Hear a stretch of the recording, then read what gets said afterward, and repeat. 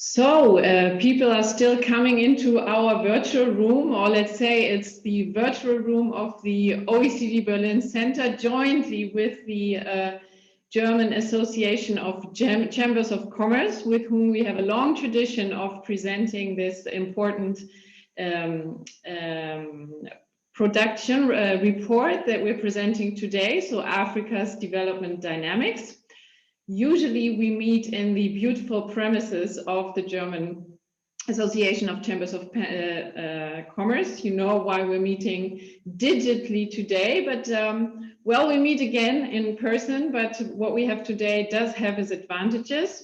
You've joined from all over Germany, also Africa, to discuss with us today. We're looking forward to that. We're recording.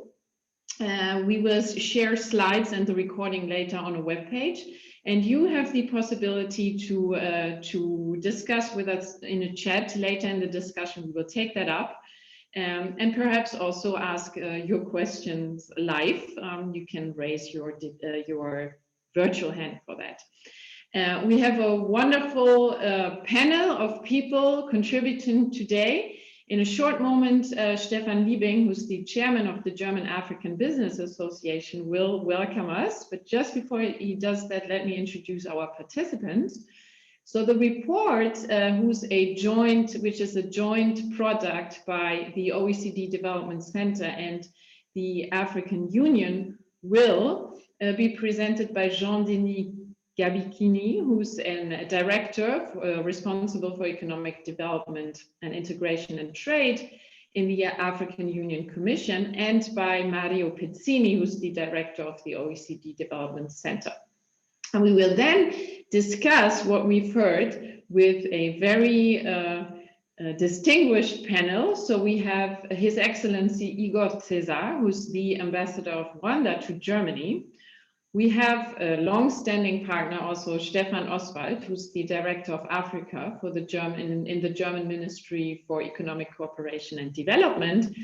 And we are also joined by a representative of German industry, because this is all about discussing where the interaction, the relations between German industry and industry trade services in Africa.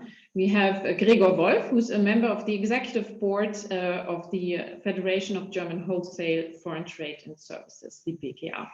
So without further ado, I'm going to give the word to Stefan Liebing, and I'm looking forward to our event today. Yeah, thank you so much, Excellencies, distinguished speakers, ladies and gentlemen. It's a pleasure to welcome you in my capacity as the Deputy Chairman of SAFRI and on behalf of all of its member organizations, but also, of course, on behalf of our partner, our traditional partner in this important event, OECD. It has become a good tradition to look at OECD's outlook for Africa together and to brief German business players on this important piece of work. Let me hope that it's not going to become a good tradition that we have to do this online. And let me also hope that it's not going to become a tradition that we are going to talk about negative growth, as people would call it, about negative development of GDP in Africa as we saw it last year. Having said this, there is a number of downside factors or downside drivers in Africa at the moment, maybe to start with the conclusion, I believe that upside drivers that are there as well will overcompensate these developments very soon, and maybe even in the course of this year. We've seen a reduction of GDP by about 3% last year. I think we all are very much aware of the main reasons for that. But we've also seen that if we take out the effect of decreasing resource price and interruptions in tourism, that we still saw quite a number of the countries worldwide with the strongest growth numbers, even last year we saw being in Africa. So I believe there's good reason to believe that we're going to have a fast recovery in the economic development. Although I think it's important to look at the financial sector in a bit more detail public finances in Africa as well as the private banking sector. I think that's the big unknown to further understand, and I'm sure we'll hear more about this today. On the upside or the upside aspect, I believe that Africa can benefit from the reorganization of international value chains. We have seen a lot of German businesses that suffered from interruptions. We all remember the Chinese difficulties, the Asian difficulties in the beginning of the crisis. So what I hear and see is that a lot of mid-sized family businesses are now looking to reorganize these value chains and diversify towards Africa. So I think that's a big opportunity. We see a second trend, which is green energy. Everybody in Berlin is talking about hydrogen imports from Africa, whatever the exact product, green product is going to be.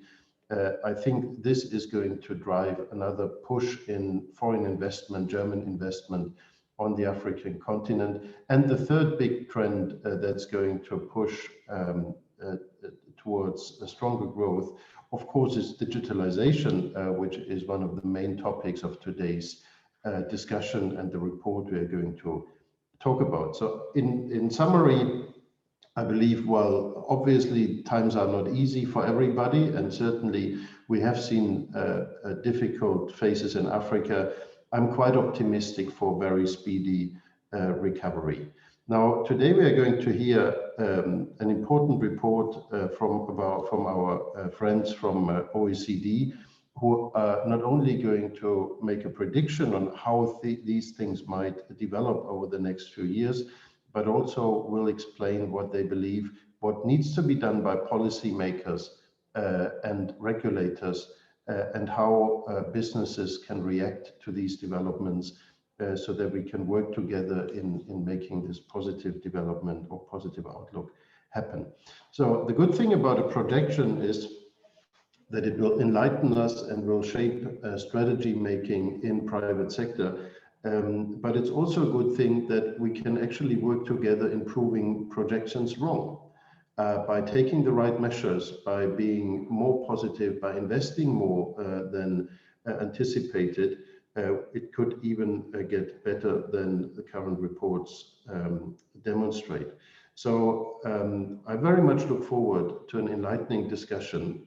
I'm sure we are going to have some very useful insights by our speakers, and we'll have a good discussion between policymakers, business and business associations afterwards. So you're all welcome. On behalf of the hosting organizations, I wish us all a successful meeting. And with that, let me hand back to Nicola, who is our moderator of the day. Thank you so much. Thank you very much for these introductory words on behalf of the German African Business Association, SAFRI. And without further ado, I'm going to give the word to Mario and Jean-Denis, who are going to present the report. I mean, it is basically mainly about digitalization. So in that sense, it's also fitting that we are meeting, unfortunately, only digitally today. Mario, Jean-Denis, you have the word. Yeah, Jean-Denis, go first. Yeah, because Mario is going to make a PowerPoint presentation. My own is going to be, like a kind of remarks. I mean, the presentation in terms of form of remarks. So I'm going to ask those who will need interpretation to switch to their own language, because I'm going to make my presentation in French. Monsieur testing. Stefan Liebig, Chairman of the German African Business Association. Mario, Director of the OECD Development Center and Special Advisor to the OECD Secretary General on Development. Your Excellency Igor Cesar, Ambassador of Rwanda to Germany. Mr. Stefan Oswald, Director General of the Marshall Plan with Africa, Federal Ministry for Economic Cooperation and Development, Germany. And Mr. Gregor Wolf, Member of the Board of Directors of the Federation of German Wholesale Foreign Trade and Services, Your Excellencies, representatives of the private sector, honourable guests, ladies and gentlemen.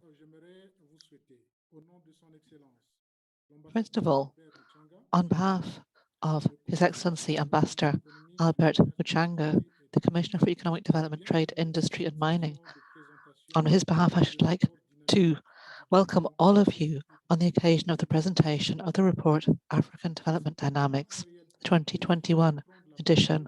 And I'm delighted to be able to talk to you. We're looking at digital transformation and job quality in Africa. And as you know, the ADD report is the African Union's key report on economic issues. Each year, it presents development policies that have been implemented recently, along with economic, social, and institutional performance on the continent and in the 5 regions. It's the result of excellent collaboration between the African Union's Department of Economic Affairs,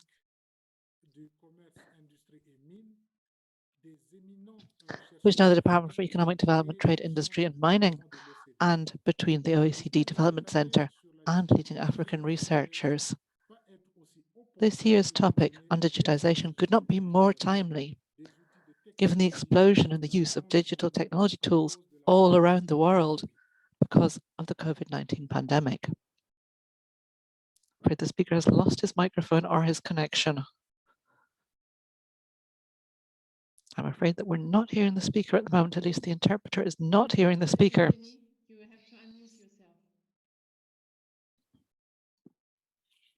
Est-ce que vous m'entendez maintenant? Can you hear me now? Yes.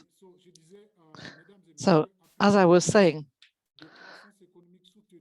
after 2 successful decades of sustained economic growth and significant improvements in the social sector, a sense of optimism prevailed on the African continent with the successful launch of the Continental Free Trade Area. Africa was en route to tap into its enormous potential in order to accelerate the pace of implementation of Agenda 2063 and achieve the level of social development that's been seen in other parts of the world. However, that momentum was disrupted by one of the deadliest pandemics that the world has ever seen. What began as a simple health crisis rapidly turned into an economic, social, and humanitarian crisis, and that completely reversed the socio-economic progress that had been made in Africa. In Africa, COVID-19 has made thousands of people ill, and it's caused thousands of deaths. It's driven millions back into extreme poverty, food insecurity, and malnutrition, and has also destroyed millions of jobs. According to our estimate, as indicated in the report, African GDP has declined by between 4.9 and 2.1% in 2020. There's been a significant drop in tax revenues and in remittances, as well as in FDI and in ODA. At the same time, there's been a significant increase in external debt due to increased budgetary spending to cope with the pandemic. Right from the start of the pandemic, significant efforts have been undertaken at both the national level and across Africa, not only to limit the spread of the pandemic, but also to protect vulnerable groups, to mitigate economic losses, to better coordinate mobilization of financial resources, both internally and externally, and to negotiate full cancellation of Africa's external debt. However, these efforts remain limited given the extent of the damage that the pandemic continues to cause in Africa. We therefore continue to call for the full cancellation of Africa's external debt. I'm afraid the speaker has switched his microphone off again. I mean, how it's happened. Okay, je disais que So as I was saying, les efforts donc restent limités compte tenu these efforts remain limited given the extent of the damage that the pandemic continues to cause in Africa. We therefore continue to call for the full cancellation of Africa's external debt and the reallocation of IMF special drawing rights to revive African economies. Mesdames et messieurs, Honorable guests, la pandémie offre une réelle opportunité. we believe that the pandemic offers a genuine opportunity for Africa to truly change its development model and to build more diversified, more endogenous economies that are more resilient in the face of exogenous shocks. The structural transformation of economies by transforming production, creating added value, and industrialization based on commodities, as well as increased use of digitization, should enable Africa to take better advantage of the African continental free trade area. Its implementation should increase intra-Africa trade by 15 to 25%, to accelerate economic growth and to create many jobs and opportunities for women and young people, as well as inclusive and sustainable development. The theme of this report could not be more relevant than digitization. Digitization offers new hope for Africa. Furthermore, it's believed that digitization can accelerate the opening up of African societies, encourage productive entrepreneurship, promote transparent governance, diversify economies to make them more resilient to macroeconomic shocks, and foster regional integration. However, it comes with numerous challenges and uncertainties, to which this report attempts to provide answers through these four priorities. Number one, ensuring universal access to digital solutions adapted to the local context and reduce inequalities, especially between women and men, and between the urban and rural worlds. Make digitization a productivity lever, particularly for SMEs, by facilitating access to financing and a legal framework conducive to innovation. Develop specific skills linked to digitization in order to ensure a match between supply and demand on the labour market. And finally, the fourth point, coordinate the various digital strategies at the continental, regional, national and local levels in order to better prioritise, implement, monitor and evaluate progress. I should therefore like to invite our eminent panelists today to analyse our report and to provide their insights to help the continent to go digital. And I would also like to take this opportunity to urge development partners to join the African Union in providing adequate support to African countries and the private sector to implement the measures I've just mentioned. In conclusion, I should very much like to congratulate the African Union and OECD teams, the researchers, the economists from Africa as well, for this excellent report. And I should like to commend the spirit of partnership that prevailed when drafting the report. I should like to thank the EU and all our German cooperation partners for their support in preparing the report.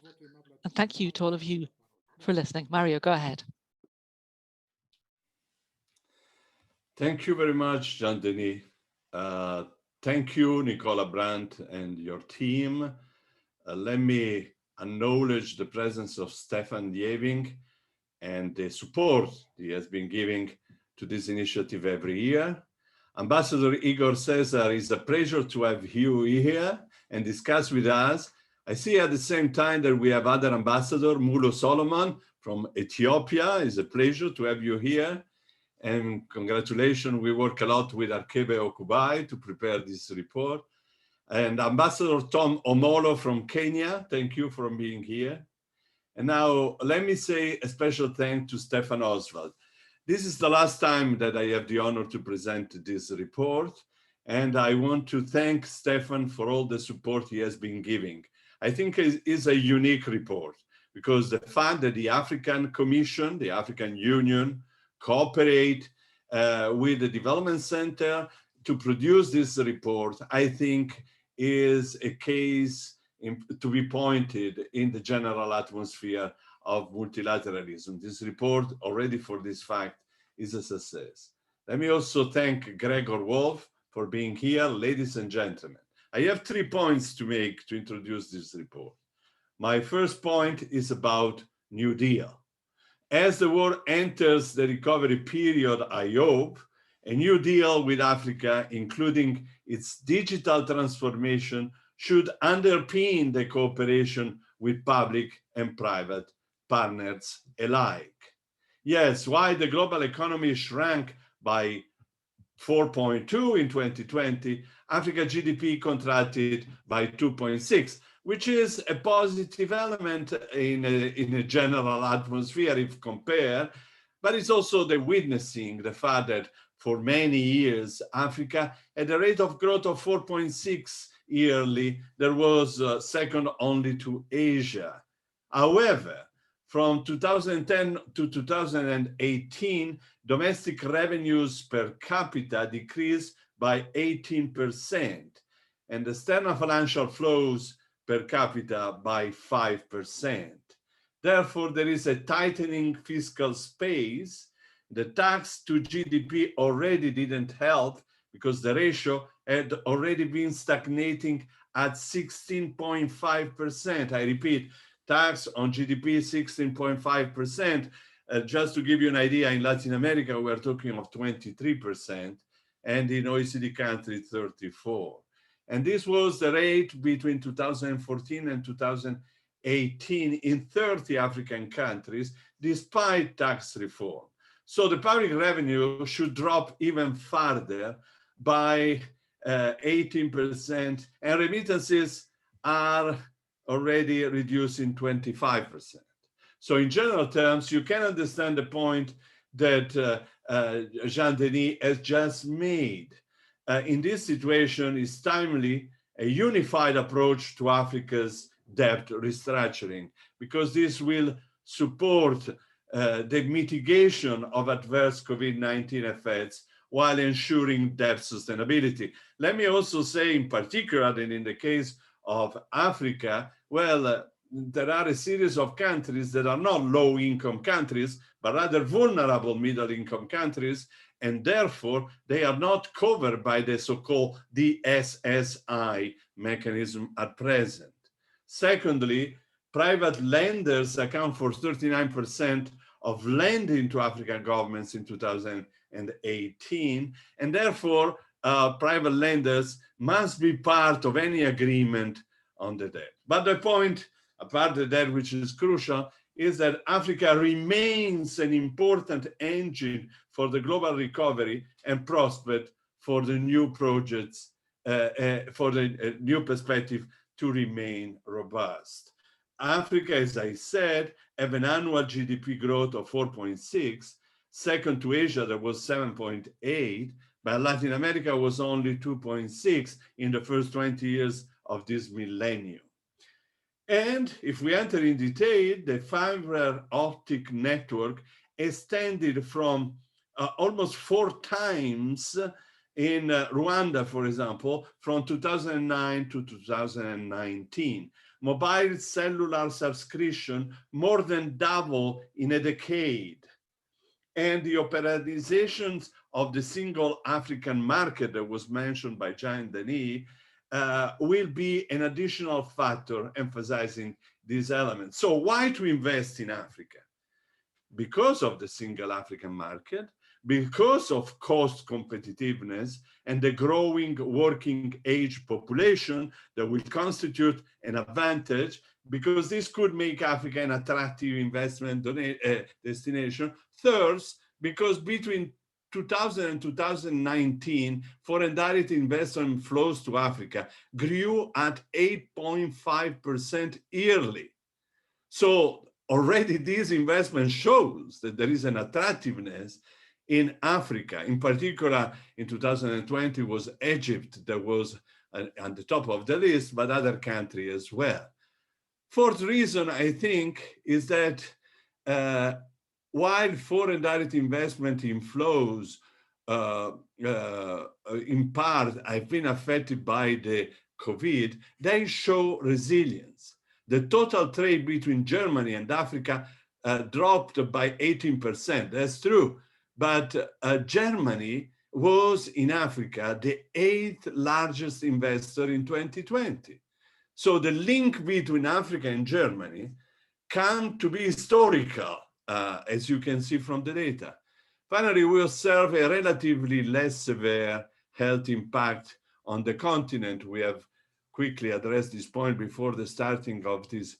Of course, the compound COVID-19 shocks will likely act as a multiplier of the development challenges that countries face prior to the pandemic. But it's interesting when you look at Oxford Overall Government Response Index, well, many of the African countries appear between those that have had the best practices. I'm referring to Morocco, Rwanda, Mauritius, Seychelles, Cabo Verde, Kenya, and many others.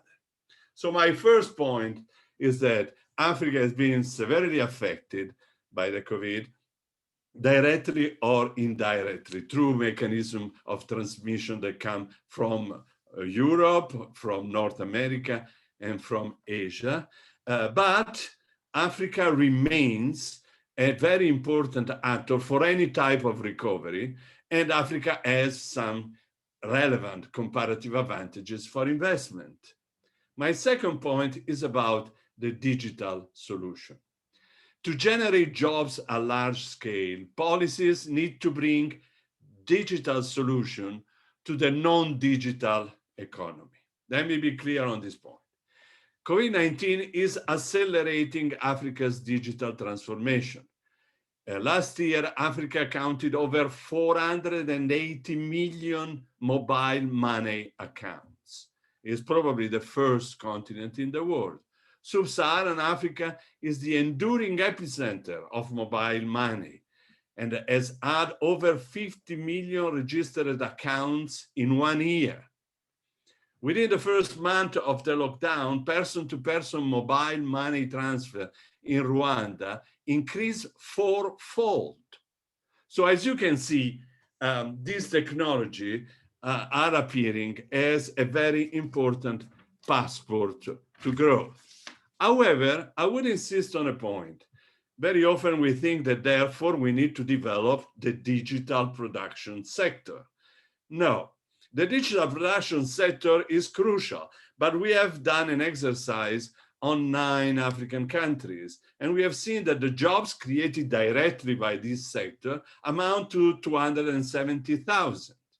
In the same country, in the next 20 years, there will be 9 million people entering in the labor market. So the direct contribution that comes from the digital sector itself will be crucial, important, but absolutely insufficient. The emphasis needs to be put in the dissemination of the digital technology to all other sectors. By use of this technology, we can expect that there will be an increasing economic activities and an increasing capacity to create employment. But what does it mean, therefore, this aspect? I am old enough to recall an event that touched a lot firms and sectors where I used to live at the time in northern part of Italy, but also Germany and Baden-Württemberg, for example. I'm referring to the introduction of numerically controlled technology and machine in mechanic. And what were the consequences of it? Well, in a certain sense, the question was, do we give up with all the small mechanic firms that we had? Or do we think that there is a way in which they can adapt? And the answer, I will come back in a second, were 2. We need a strong alphabetization of all actors in order to use and adopt and disseminate those technologies. If you know trigonometry, but at that time you didn't know internet, you were out of the market. Today, if you know internet, but you don't know digital, you will be out of the market. And therefore, in Baden-Württemberg, we dealt with this issue by alphabetizing all the people in school, but also at work already, on the new technology. The same needs to be done today. And the second point is, how do you persuade not the large firm, but all the fabric of the small subcontractor and small firms to adopt the new technology? Existing firms that may be very competitive, but simply lack that genius in the genetical endowment of skills. That's, under my point of view, the challenge. Therefore, I move to my third and final point. We think that there are 4 directions for policy making that could address the opportunities and the challenges today. The first has to deal with what Jean-Denis just mentioned. First, we need to face and to address the digital gaps that exist in terms of gender, in terms of different generation, but also in terms of geographical area. Only 35% of intermediary cities are connected to fiber optic networks. 73% of Africans will continue to live in intermediary cities and rural areas by 2040.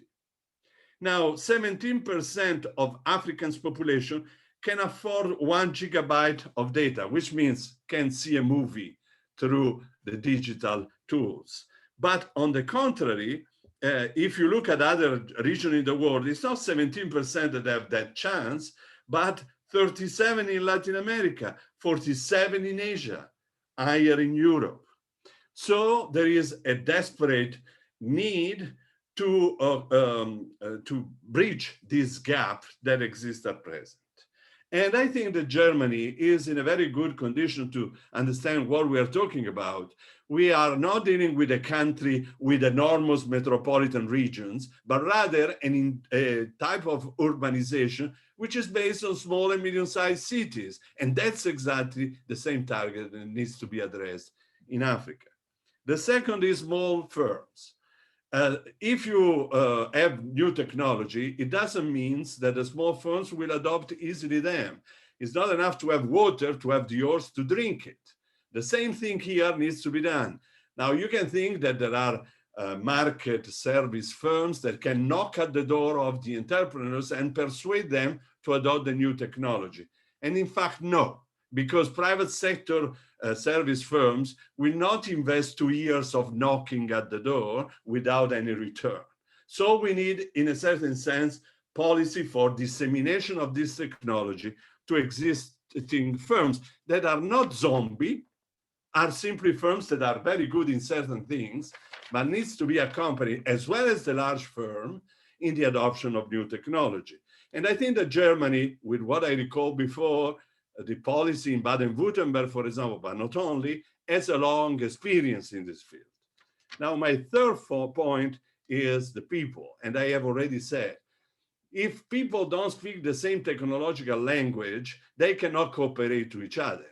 You can be a good producer of chairs for cars in Botswana or in Lesotho, but if you cannot speak with your colleague that work in South Africa because you don't know the same digital language, you cannot cooperate. And therefore, global value chain will be just a dream, but not original value chain will be just a dream. So we need desperately an alphabetization. Last but not least, let me conclude by quoting a fourth direction, which is platform for coordination and cooperation. Let me recall the following point. China, with One Belt, One Road, has announced investment of 60 billion euro in Africa. United States announced more or less the same in dollars. European Union has changed the policy towards Africa and moved from charity and aid to what is called now partnership. And Turkey is very present in Africa, and many other countries are very active, including India, for example. Now, all these interventions are not coordinated.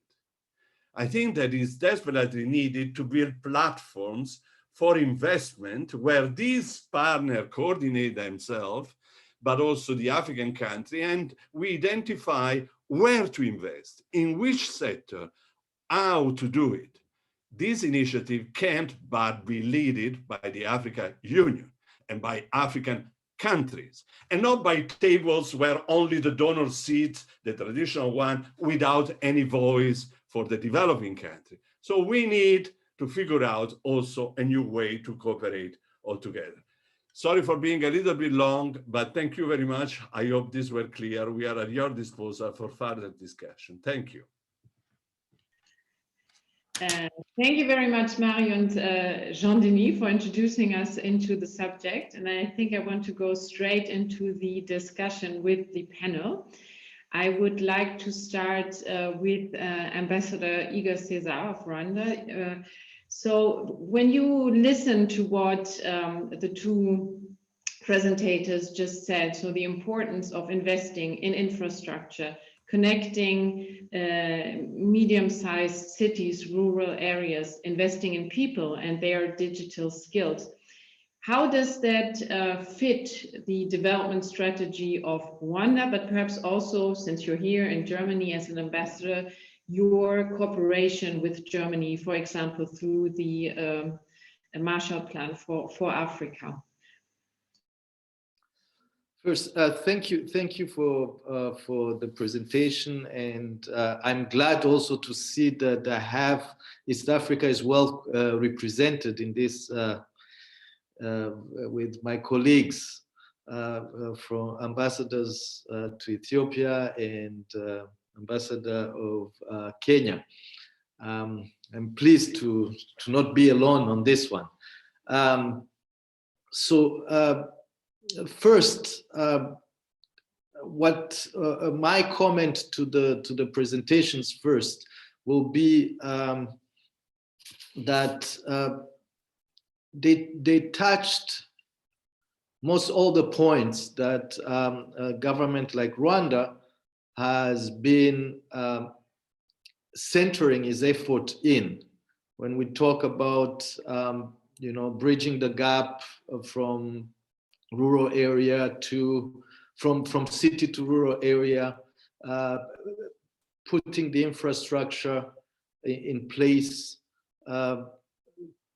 pushing for when you think of pushing actually education forward, literacy in the digital, and take that literacy from ground to not isolate it in the cities, but disseminate it within the whole country.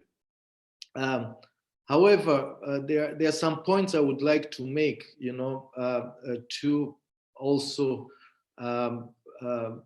maybe complement what has been said.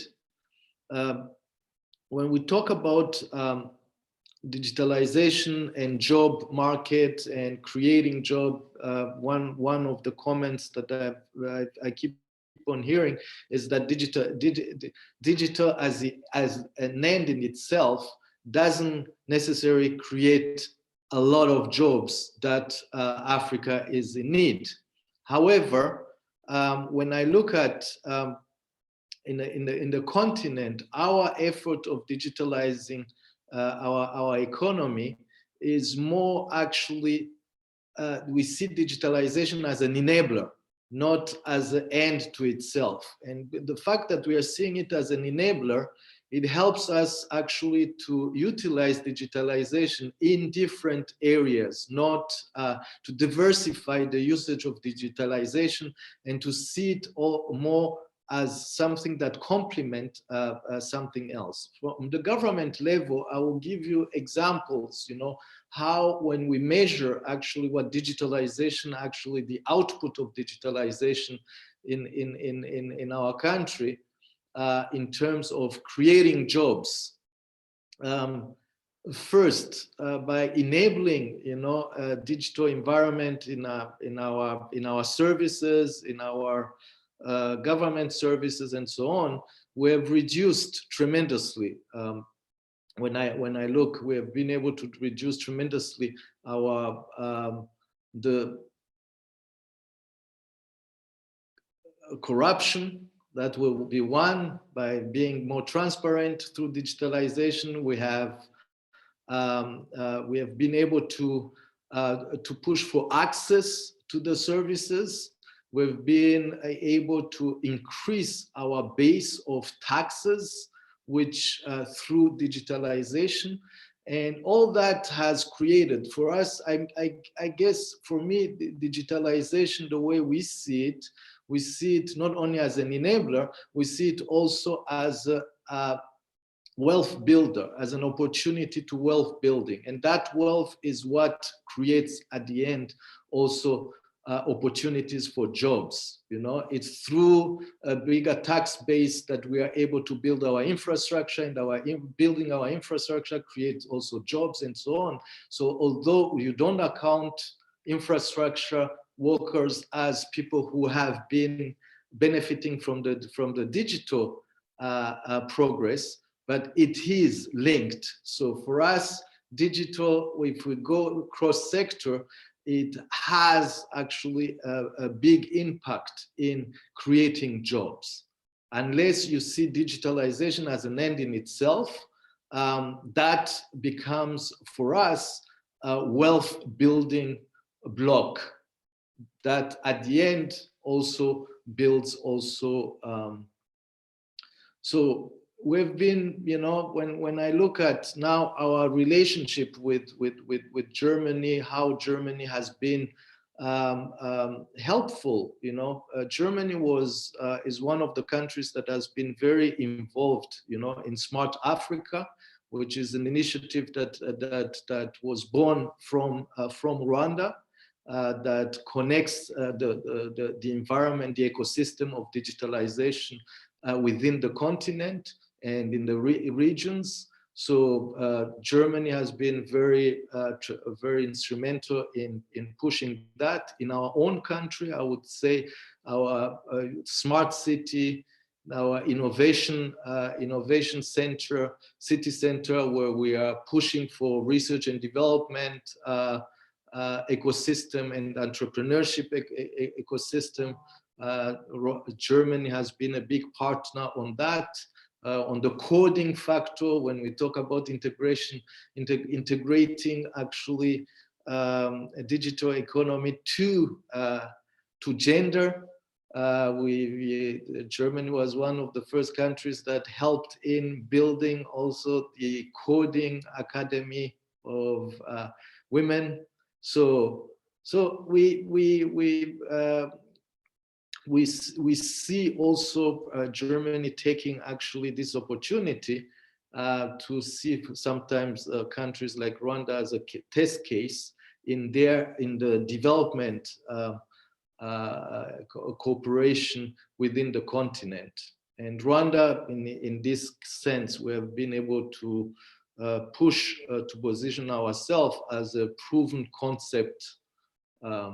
So that's why, you know, what I wanted just to add on what they're saying was, when we talk about the output of digitalization, we shouldn't be only focused as digital as an end, but to see it as an enabler, and then later on also to see it as a wealth builder. Excellent, Ambassador. Thank you very much. And with that, perhaps I want to turn to Stefan Oswald, who's been responsible for Africa, relations with Africa at the German Ministry of Economic Cooperation and Development. And I wanted to pick up on 2 points that Mario made in his presentation. So obviously you have the Marshall Plan with Africa. I'm sure digitalization as a means, as an enabler, does play an important role there. But of course, it requires investments in people, in infrastructure. And we've also heard how hard this crisis has hit public finances in Africa. So I wanted to ask you, what's the role for debt restructuring, this kind of support to put African countries in a position to continue to invest there, to modernize, to digitalize? But also another point that Mario made, which is a coordination with other partner countries to make sure that the investments that are being made have good impact. That would be interesting to hear from your side. Well, thank you very much, Nicola Brandt. Also, Ambassador Caesar, it's always a pleasure to be with you on the panel. And Mario, it's always a pleasure to be part of the launching of the report in Germany. I'm going to miss you.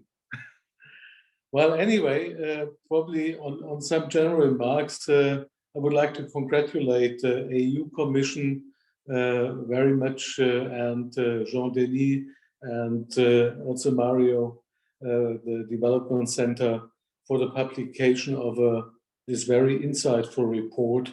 And I think this report is always a continental benchmark for improved evidence-based policymaking. And that is one of the reasons why we are proud to be a partner of this report. And I think it makes also very important recommendations. I think Ambassador Caesar also and others made the remark on closing the spatial gap between rural and urban areas and closing the competitiveness gap by focusing on smaller enterprises. Nicola, you were asking the question on, let's say, what's in the Marshall Plan with Africa. Let's say it has a couple of features, and one of the features is that it is, let's say, the umbrella of the G20 compact with Africa. So we have a number of, you were making some remarks on the coordination. Let's say based on the G20 compact with Africa, by the way, Rwanda is also one of the members of the G20 compact countries. We are, let's say, interacting very much with G20 members and of course also with multilateral partners of the G20 to have a joint activity. So let's say if we are now, for example, active in Tunisia, we are working there with the World Bank and JICA, let's say in our reform partnership with Tunisia. We are very active, for example, in Cote d'Ivoire in the reform partnership with the World Bank in having a kind of a joint activity in Ghana with the EU and also playing with the World Bank. So it is, let's say, a kind of a joint action. We are, of course, also planning to get closer to, let's say, development partners, long-standing development partners to the G77 like India and China, which are also part of the G20. And I think also when we launched the development working group of the G20, that was in around 2010. Let's say if one is comparing the way how, let's say, India and China interacting today with how they interacted 10 years ago, I think we see a positive change. So also, let's say, coordination is always the challenge. You asked the point with the investment and the crisis. I think the challenge we have is really to work towards an improved recover better. I'm not a friend of building back better. There is nothing to build back. Now. We are really talking about really an improved recovery out of the crisis. And let's say I'm now joining Mario in let's say looking back. When I look back 30 or 35 years back, when we were talking about, let's say, improving telecoms in Africa, well, we were discussing about infrastructural needs to pull the lines throughout the continent. A couple of years later, this was no longer necessary because the mobile communication came up, and which revolutionized, let's say, interaction on the continent. Things like M-Pesa, in innovation of Africa. Let's say, Mario, you were making the remarks on let's say, mobile accounts and so on. I think this is really the way, and it is not as costly as it is. We have, of course, now the PIDA meeting going alongside, and I think also on a panel on Friday, tomorrow, yes. I saw Arthur already. So I think we have now to concentrate, let's say, to join forces with the multilateral development banks and of course also private sector, pension funds and so on, to mobilize, let's say, the financial flows. We are of course also using our taxpayers' money in the context of the Marshall Plan with Africa as a catalyst, yeah, to well, mobilize private funding. And of course, also we had a good discussion last week with President Adesina, who already since a couple of years has a very strong move towards, let's say, addressing pension funds and sovereign wealth funds to invest in African infrastructure. And I think this is what we need in the field of digital infrastructure. Last point, Nicola, you were asking on debt restructuring and debt management. I think we have to look, let's say, there are, let's say, debt issues which, let's say, were anywhere there and were just accelerated by the pandemic. And of course, there are debt questions like looking, which are, I think, Mario, you made also a remark on tourism and the effects of tourism not happening on a couple of countries. This is certainly also a case to a certain extent in Tunisia.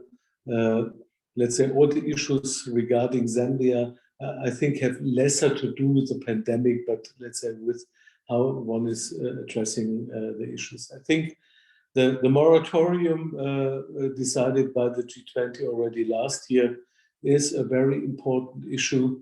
And Germany is, of course, also looking forward to address those issues in a way that we move towards a sustainable debt management.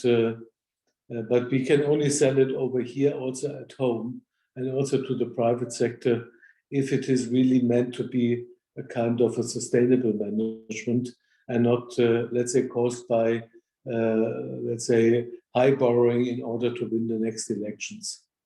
Thank you. Thank you very much, Stefan Oswald. I want to turn to Gregor Wolf now, so representative of German industry, more specifically the Federation of Foreign Trade. And Gregor, you told me you have a number of interesting instruments that help you to enhance trade with Africa already in place, but we also discussed a little bit the potential for digital tools, digitalization, to improve transparency, to strengthen these trade ties that Germany has with African countries, the African Union. Thank you, Nicola. It's a pleasure to be here with you, and thank you for inviting me. It's my first time, so sorry in the group that I cannot join you by looking back. I'm only looking forward, and I'm happy to do so. Much has been said already. I fully agree with Ambassador Caesar when he pointed out that digitalization is meant to be a tool, and I think it's a very powerful tool to develop not only Africa but the world to another state of play. Because digitalization, first of all, is creating transparency, and I think transparency is crucial, and especially what's coming up with regard to sustainability and sustainable development. People want to know, for example, where the products are coming from, and I think the digitalization of complete supply chain might be a tool here. Another point I would like to point out is the reduction of costs, of course, because digitalization also can reduce sufficiently bureaucracy. It can sufficiently reduce cost of doing business. So I think there's a huge potential there. It also can create or improve education and foster skills in different areas. Nevertheless, the precondition for achieving those goals is that you need the investment in the infrastructure, and you need the education, and then you are back to the discussion we have for so many years. How do we get more investment in Africa? And I think there are many instruments already discussed. What from our perspective is, and very concrete instruments are to increase also the involvement of the export credit agencies, and there's a intense dialogue between OECD and the BIACs, the business stakeholders, when it comes to export credit guarantees, and especially with a closer look to local costs and the down payment, etc., because it's quite hard to get your investment or the financing for the down payment on a local currency base. But that's the larger project, I think, that has to be addressed from our perspective. We have made quite an effort to improve the trade relations with many countries in Africa. And thank you very much. A huge thank you to the BMZ. They are supporting us very much. We have two projects with a Partner with Africa program, where we try to enable the supplier of goods to meet the European standards, and so they will be able to export to the European market. And I think that is a way to create jobs on the ground. And digitalization is important because we have to know where the products are coming from. And then that was a point I tried to make at the beginning, and that we have to know the farmer. And we have another project where we try to do that. And the fintech played a crucial role. It was the project called Extra Pay, where we connected directly the German consumer with a farmer in Ghana, in that field, and we connected them by mobile money, because the costs for using mobile money, it's much cheaper than other instruments that are in place. So the consumer in the end could decide when he went to the supermarket and went to the cash registry, that he can provide extra money for the farmer in Ghana. It was connected to the buying of a pineapple, because you can track the origin of a pineapple. And that was quite an astonishing experiment. And I'm sure that there are many more ways to use the digitalization to benefit from this, to benefit for the bilateral trade. Another project that we have is the Import Promotion Net, and thanks again to the BMZ who are financing it. We are engaging with a project in 13 countries now, in 5 different sectors, and we are promoting the imports to Germany, to the European Union. And the products that we are interested in is at this moment, it's fresh fruits, it's nature ingredients, cut flowers, timber, and also sustainable tourism. Because we are convinced that if there is a real private need and demand for those products, and that are the most sustainable business ties and that you can create. And thank you, Mr. Oswald, for pointing out that we left the point where we donate and we are more going into the bilateral trade relations on the same level. So and in the German discussions, often import is not pointed out as so important for the overall German economy, but for us it is important, and we heavily rely on those imports also from Africa. And then I would like to come to the next point, because digitalization is increasing the size of a market, of course, but also the competition. And you should not forget it. On the one hand,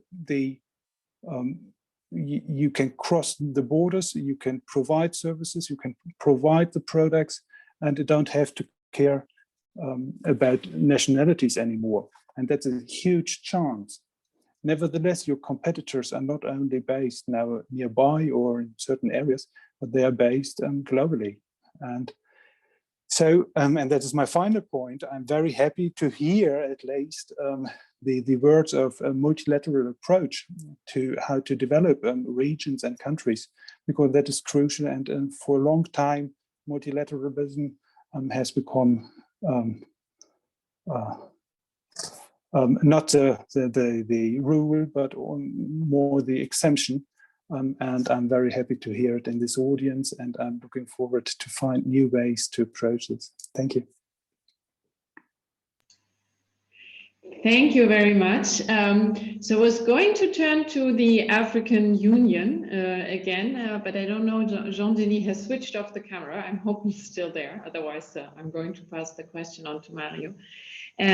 Because what I wanted to discuss briefly, so since the beginning of the year, the African Union has been implementing its continental free trade agreement, so very important. And one element of it is also a common digital market. Now here with the African Development Dynamics, you've been cooperating with the OECD among African countries, but also others. It gives you an exchange. So how important, so what are you doing to implement this common digital market, and perhaps also how can you learn, look to experiences of other free trade areas, unions, like for example, the European Union?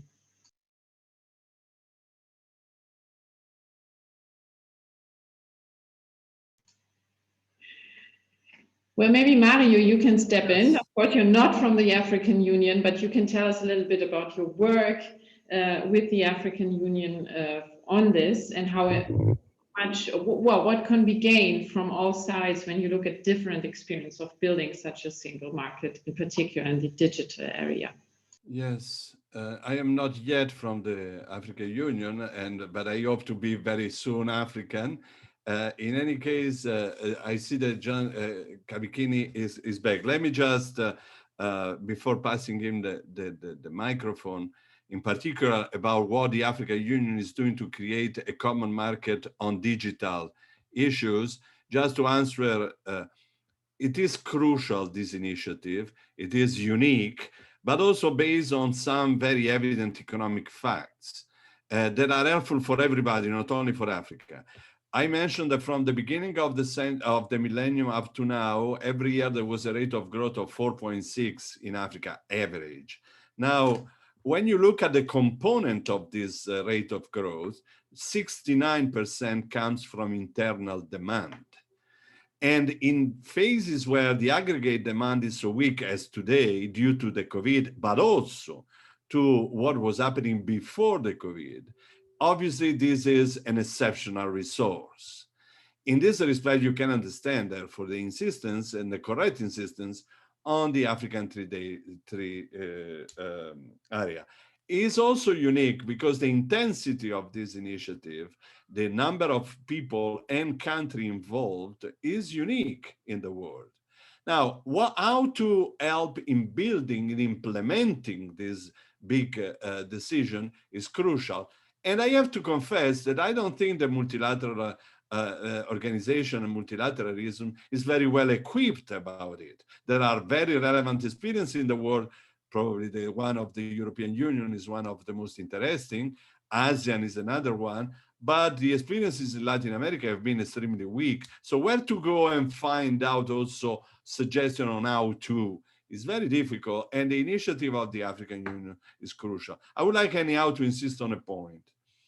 When you look at the structure of cost of product produced in Africa, well, the trade barrier, are obviously an important component, and as soon as you reduce them, is crucial. However, the cost, the percentage represented by transport cost and logistics in general is 7 times the cost of trade barriers. Therefore, it's obvious that a necessary condition for the success is the infrastructure investment that needs to be qualitative. And Stefan Oswald referred to a meeting tomorrow we will have with Ibrahim Mayaki, which is the head of NEPAD, and is in charge of PIDA, which is exactly a mechanism to decide how do you prioritize the major infrastructure investment in Africa, and how do you create a knowledge sharing on the already existing experiences. But this was without mentioning digital, and therefore I go back to Jean-Denis for answering on what in the free trade is done for digital. Thank you, Mario. Merci, Nicolas. Est-ce que nous avons toujours l'interprétation? Thank you, Nicolas. And yes, the interpreter is still here. I'm delighted to interpret as well. OK. Donc, en fait, la question repose sur deux piliers. D'abord, on parle de la gestion de la dette. There's two pillars to this. On the one hand, you have debt management during COVID and in the post-COVID world. Then on the other hand, there's digitization and its role subsequently. As to debt management, let me say the following. Ramaphosa from South Africa had designated special envoys. Therefore, the former finance minister of South Africa and Dr. Kabruka as well from NEPAD, and Strive from South Africa, and Dr. Gozi, who's now at the WTO, and Dr. Tiam from the Côte d'Ivoire, and also a representative from Algeria. So these special envoys play the role of negotiating in a holistic fashion with all issues pertaining to debt management during COVID. Now, first of all, there's debt management per se. The F15, the finance ministers who deal with all of these finance and investment issues, had, in conjunction with the special envoys, put forward proposals with partners such as the World Bank, the EU and the IMF on all questions relating to debt management and relating to the moratorium on debt. There's thought of extending payment schedules in some cases, not just restructuring debt, but also completely forgiving debt. There's also been mention of the special drawing rights of the IMF in order to facilitate post-COVID investment for African states. And to that end, it's a little bit like the approach that we have for mobilizing resources internally. We're trying to combat illicit flight of capital, also to deal with tax issues and fiscal equity. As Ambassador César said, digitization is not an end in itself. In technical terms, it doesn't per se create employment. However, digitization is actually just a tool. It facilitates processes and facilitates and boosts transparency.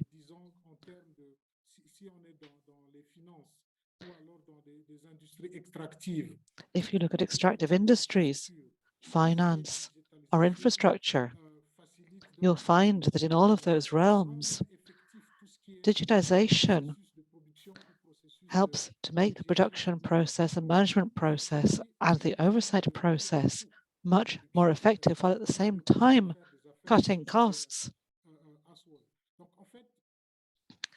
That was a point that was also touched upon, of course, by Mr. Oswald. So it's important for Africa to adapt to digitization. We're in a crisis situation, but that's a situation in which we can reinvent ourselves and create new ways of operating, new ways of production, new economic approaches.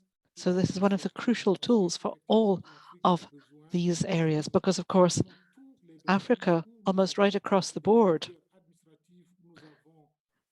for example, where we have too much red tape, where we have too much administrative complexity, where we have governance issues, in all of those areas, we need digitization.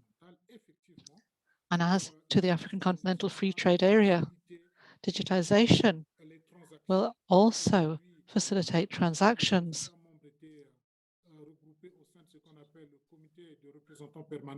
We have the Committee of Permanent Representatives, and there we have the ambassadors who are accredited in this COREP body. With these ambassadors, they were meeting actually just before this meeting with Professor Orama to address funding of anti-COVID vaccines and all aspects pertaining to that. Digitization was discussed in that context as well. Once member states have adopted the requisite tools, these modern tools of digitization, and by the way, just an aside, let me say to all participants that the AU, the African Union, is currently setting up a cross-continent digitization strategy that will be adopted by our member states, and it will really be across the board. It will include nearly all technical sectors. That will allow member states and the various regional communities, which are the pillars of all of these processes in Africa, will allow them then to actually work much more easily. That will be thanks to digitization. And that will be a very important part of actually implementing the African Continental Free Trade Area. So the strategy is currently being fine-tuned and will be adopted by the heads of state and government, and it will be applied for all of the different facets of implementing the CFTA. This will be a key tool in facilitating those activities. And that'll be really important for intra-African trade. That was what I wanted to say about those two aspects. So on the one hand, debt management, and on the other hand, implementation of the digitization strategy by the African Union. Thank you, Nicolas. Jean-Denis. Ambassador César, I wanted to pick up on something that has been, and you've mentioned it even, one initiative you have with the Ministry of Economic Cooperation and Development, but several people in the chat have mentioned or have asked about cooperation on training. So it could be vocational training, it could be coding. There are several coding initiatives. What potential do you see there for different economic partners from Europe, Germany, and Africa to cooperate on this, to facilitate some of the things we've talked about? So digitalization in trade and other things, to use digitalization as a tool for further economic development. Well, first, this is key. I mean, digitalization won't happen if the people are not trained, are not sufficiently trained, are not ready for to absorb companies that are trying to invest in the domain. So training becomes key. Of course, any partner, you know, in the continent, in the area of digitalization, is a welcome partner. As I said, and this is not only for Rwanda. This is true. There are more than one hub of digital hub in the continent, and I gave you an example of Rwanda, where we are talking about the innovation, the Kigali Innovation City, which harbors, actually facilitates and harbors all these opportunities of training, of research and development, of creation, and of accelerating. And there are tools, actually, the government puts in also tools to finance and to help in that domain. So the opportunities are enormous. As I said, you have a continent that is very young in its population, where the opportunity to train is quite big. So you have, as I said, you have various instruments, local instruments. And when we talk about investment in digitalization, I'm not only talking about Germany investing in digitalization, I'm talking about even Africa itself funding the digitalization. So the first funding came from Africa, Africa 50. So so the opportunities are there. So I can only encourage actually any company that is in the training area, in the digital area to partner with the continent. However, digitalization, as I said, is a tool, is a problem solver. The continent has the opportunity now to be a problem solver on a global scale. And the knowledge and the usage of these tools and the capacity to use those tools become key, actually, to harness on the innovative mind of our youngsters. Excellent. Thank you very much, Ambassador. Stefan Oswald, I want to come back to one point that was made in the presentation, which are the different gaps or divides. So there are regional gaps in terms of infrastructure, access to digital infrastructure. There are social gaps in terms of access to training. So how important is that to address this in your cooperation strategies with African partners, your Marshall Plan for Africa? What role do you give this aspect in order to enable digitalization and economic development?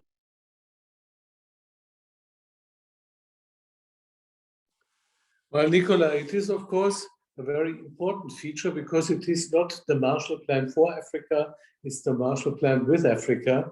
And and this is, let's say, a very important feature that we see, of course, with that plan, we put the African Union's Agenda 2063 in the center. And whatever in our bilateral cooperation, our ambassadors present here, Cesar and Solomon, and our Kenyan friend whom I not have met personally up to now, they know, for example, we have our consultation formats, we have our negotiation formats. So let's say the desires brought forward by our partners are included, let's say, in the joint design of what is implemented later. Also, let's say, this instrument, reform partnerships, is something, let's say, where countries who presented to the G20 compact with Africa their reform strategies. So we started with that reform partnerships. From there, I said, well, how can we do it jointly? So it is, of course, I think, very important under those circumstances, let's say, to spend the resources wisely. That means, where do we get the most output for the bucks spent? And that means regional divide, social divide, and so on and so on. Those are the issues. On the other hand, let's say, digitalization has, of course, the big chance, let's say, to offer bridges for those gaps. Because it's a lot easier to reach the target group through digital means compared to physical means. We just see it now. Let's say, if we had this meeting we have today, I of course know it how it was all the years. So we have around, let's say, 150 people meeting in the big meeting hall of the House of German Economy.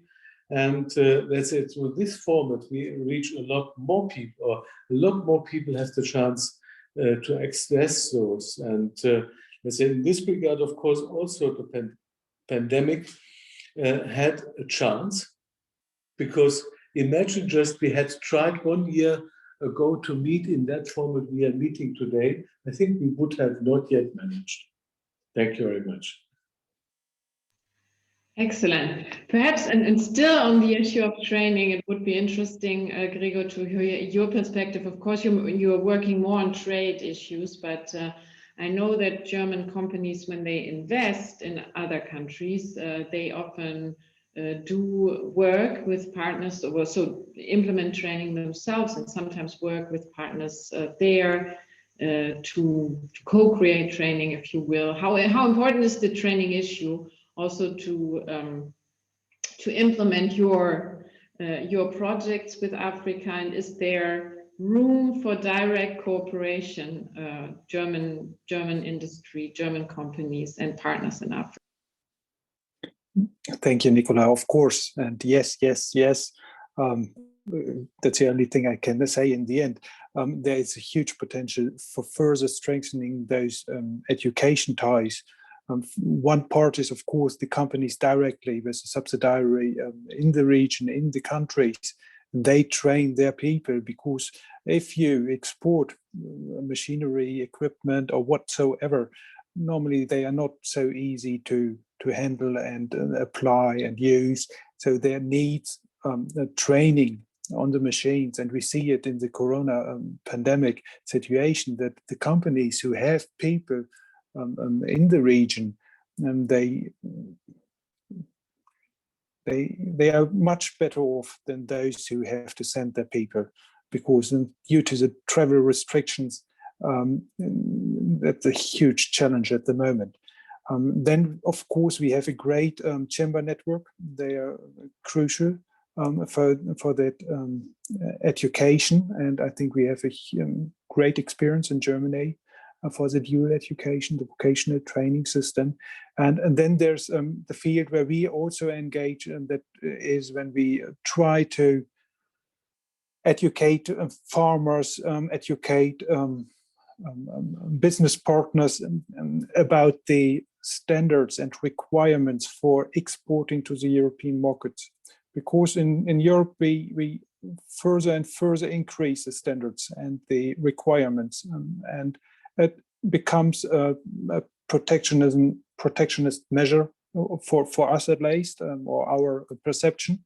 And we can complain about it, or we can say, okay, there's a need, and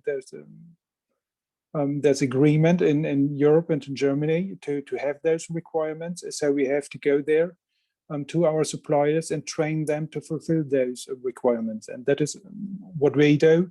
And that's a lot to do to train them to get a feeling what is required. And then that is first just the status of acknowledgement. And then you have to get there and tell and teach how you get to those, to fulfilling those requirements. And that's a long road, but I don't see any other option than do that. And we do that, but it's a huge challenge. So, and then of course you have the digital challenge. If you are not able to read, then it's getting harder and harder to participate in the digitalization process. So it's more important even that, or the basic educational needs are even more important to address, and that I think is a task for the government and on the ground. I think that's hard for us to do from Germany. We can support, but in the end, there are also the need for the basic knowledge, and that's it. But we have the same challenges in Germany, and let's face it, we have the same discussions about digital infrastructure in Germany, and we all say where our weak spots are. So I'm not so sure that we can give good advice from the German perspective, based what my experiences are with my mobile working situation. Nevertheless, I think I stop here. Thank you, Gregor. Mario, to come back to an idea that Stefan Oswald brought up. So you were talking 20 years ago about telecommunications devices that aren't even needed anymore. And so now we're in the midst of a pandemic, of course, a terrible blow to everybody, but in particular also to finances in Africa. But do you see any opportunities there, in particular the push for digitalization? So can it help African countries to leapfrog in some ways? You know, take these digital technologies that in some ways we were forced to take up during the pandemic and then run with them, have more exchange digitally with partners within the African Union or other continents, and create knowledge innovation together? Are there any opportunities you can? Well, for sure. Let me say, as I have a kind of an engineering background, we all know that when you have a technology, you have not solved the problem. You have progressively to adjust the technology, adjust yourself at the technology. Now, the COVID was an extraordinary experiment because pushed, including people not convinced as I was that teleworking is helpful, to practice and therefore to learn. And now I have changed my opinion, as they say in France, only the idiot don't change their opinion. So I'm very happy to inform you I'm not idiot. I changed my opinion in this respect. Now, so for sure, Africa has been exposed to this drama and to this specific situation. The indicators that we get out of this stress test are positive. The use of mobile commerce, mobile banking, the use of mobile communication in general is incredible, and probably is leading many other regions, is on top of many other regions in these efforts. Moreover, we have seen that in the past, a series of technology have been with success developed in Africa, and there are relevant companies working in this sector in Africa. So the indicator can be particularly helpful, and they can suggest that there is a possible leapfrog in certain type of economic activities that come with the use of this technology. Now, there are also some challenges, obviously, and the participant has already indicated many of these challenges in how to absorb the technology, use the technology, and so far. I think that the major challenge for Africa remains the productive transformation. The real crucial issue is how youth will be reabsorbed in the labor market and in society in general, as their number is going to increase, as we all know, very much. And if we are not capable, we can have very serious social tension. Now, therefore, if we think that digital in itself would solve all the problem, no. As the ambassador of Rwanda has said, is a tool, and therefore what is the objective? Is the industrialization. And now, how can we facilitate all these processes of industrialization? What is mainly lacking is the provision of a series of basic services that are around the firm. Let me insist on a point. When you are a small firm, you cannot do everything inside. So you buy from outside. But if the outside is closed, as very often is the case, also in Germany, also in England, also in Italy, if the quality of the outside is good, then you are competitive. If it's not, you have a kind of factor of production that is not working. So this fabric of accounting services, control of quality of product, logistics, that you can easily find in a middle-sized city in Germany is not necessarily available there. What to do? Two things. One is you create free zones, because there, in a specific part of the territory, you can concentrate regulation and services, real services, that fits the purpose of firms, and therefore you insist in one area, hoping that you will have a demonstrative effect that can be replicated later on. And that's the proposal that is coming from Justin Lin, for example, which was the chief economist of the World Bank, or Celestin Monga, that was the chief economist of the African Development Bank. And for sure it's an interesting solution. And Ethiopia, here we have the ambassador, have been leading, and Arkebe in particular, in this direction. There are those that says that, for example, these free zones can receive investment from China, but not only. They could receive investment from from European countries, and there are already ongoing examples where you subcontract there part of production that you used to do elsewhere. But then there is also the problem of small informal firms that are not in this free trade area. And what do you do in this case? Yes, technology and digital will help, but it will not substitute the need of modernization that only policy can provide. And here comes again the point that we discussed before, the point of the debt. We need to create fiscal space so that countries can do this policy. I saw in the question that were running that somebody said, yes, but if you continue to reduce the debt in this country, then they will lose the confidence of the international financial system, and therefore they will be penalized later. There is no doubt that our international financial system is not working. It's penalizing countries that have 50 or 70% of their GDP in debt, whilst we, European countries, have much more, not to quote Japan or United States, that are at very high level. So there is no doubt that our indicator needs to be adjusted somehow. But in any case, it's obvious that Africa is not responsible for this level of debt. It comes from connection and external connection, and therefore, why to penalize those that have imported, in a certain sense, these problems? Yes, thank you, Mario, for very comprehensive remarks and also ideas. At the end, we are at the end of our discussion now. It's 12:30. I'm sure, well, we've had a lot of great exchange also in the chat. People have connected with each other, so that's great. I want to thank the panelists, Ambassador Caesar, Stefan Oswald, Gregor Wolf, for discussing this with us, and of course, Mario, the team, Arthur, the team from Paris, and Jean-Denis Cabetini from the African Union. I've learned a lot. It was very interesting, rather. And I do hope that we can meet in person next year when we discuss this report in Berlin. But I'm sure also, I hope again, that we can deploy new technologies and to make it hybrid and to allow people from outside who cannot be in Berlin to discuss with us, to be there, or have some speakers when they cannot come over from Africa to join us. So let's continue to digitalize together, and have a wonderful afternoon. Thank you for being with us.